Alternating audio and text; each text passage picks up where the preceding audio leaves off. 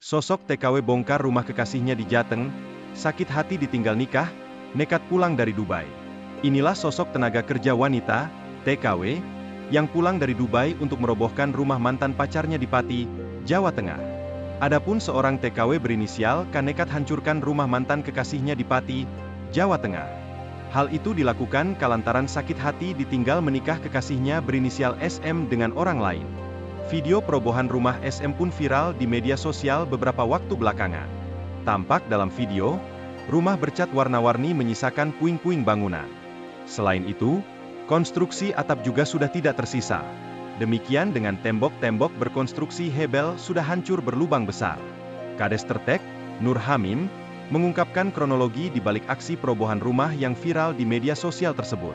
Dia menyebut, TKW asal Kabupaten Semarang itu mengaku sakit hati lantaran SM yang selama ini disebut menjalin hubungan asmara dengannya justru menikah dengan orang lain. Namun, SM 6 bulan ini menikah dengan perempuan lain dan menempati rumah itu. Kata Nur, dilansir tribun-medan.com dari Tribun Solo, Selasa, 20 Agustus 2024. K yang kesal tak jadi dinikahi SM lantas memutuskan membongkar rumah seluas 7x10 meter yang dibangun di atas tanah SM di Desa Tertek. Sang TKW mengaku jika rumah itu dibangun menggunakan uang pribadinya sebanyak 250 juta rupiah.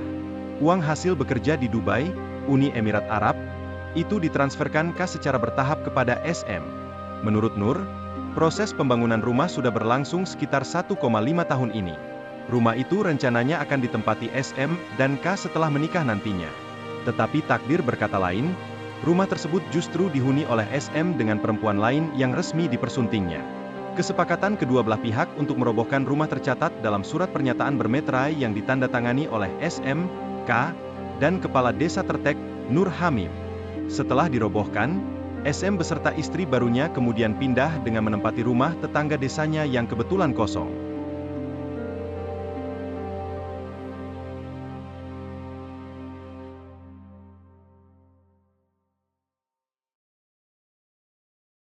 Download Tribun X sekarang, menghadirkan lokal menjadi Indonesia.